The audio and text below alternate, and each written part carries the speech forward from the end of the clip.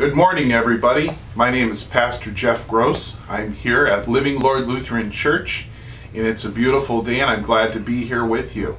Sometimes I draw my inspiration from strange places.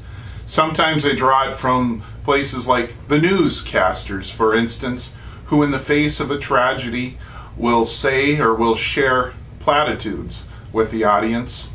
And usually there are two that go side by side. Sometimes there are three. I'm not even going to dignify the third one with a broadcast, but the two that I want to talk about in particular are these phrases that usually go side by side.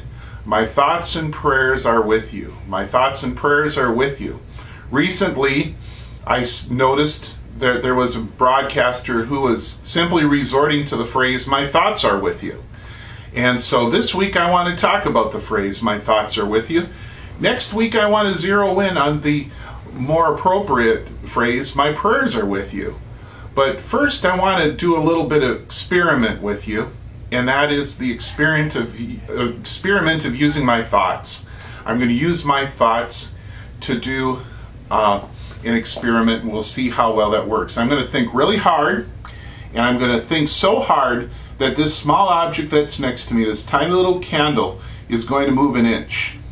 So I'm going to think extremely hard, very hard, to see if I can, with my thoughts, make that candle move an inch. And I'm thinking really hard, and thinking hard, and I'm putting all my energy onto that candle with my brain and channeling my mental telepathic skills, and lo and behold, nothing's happening. And that's rather disappointing. I was counting on it moving just a little bit, but apparently nothing happened at all. And I think it's reasonable to say that most reasonable people don't believe in the gift of telepathy. And even those who do believe in the gift of telepathy, whoever they may be, would say there are probably only a handful of people in the world who have that gift.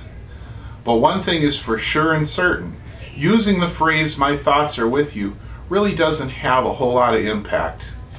And therefore, I think we should use something a little bit more thoughtful than those empty words that we convince ourselves into believing will simply make other people's pain disappear.